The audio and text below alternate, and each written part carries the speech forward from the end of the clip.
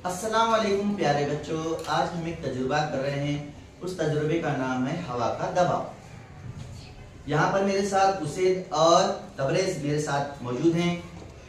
यहाँ पर सबसे पहले एक खाली बोतल लेना है, उसके बाद पानी से भरी एक बोतल हमें लेना है, एक की लेना है।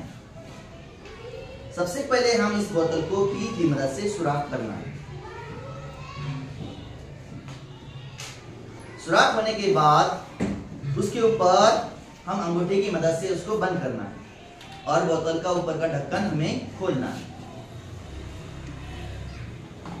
अब आराम से इसके अंदर पानी डालना है।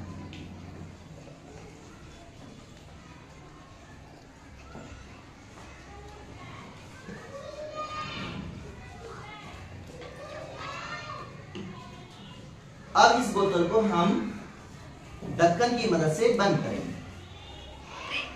अब मुझे बताइए, उसे पानी आ रहा है क्या? नहीं आ रहा है।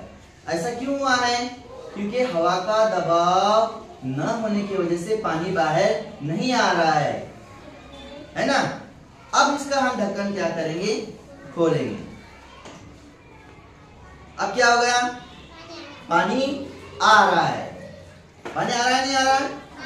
आ रहा है। ये हवा का दबाव की वजह से क्या हो रहा है? पानी बाहर आ रहा है ना।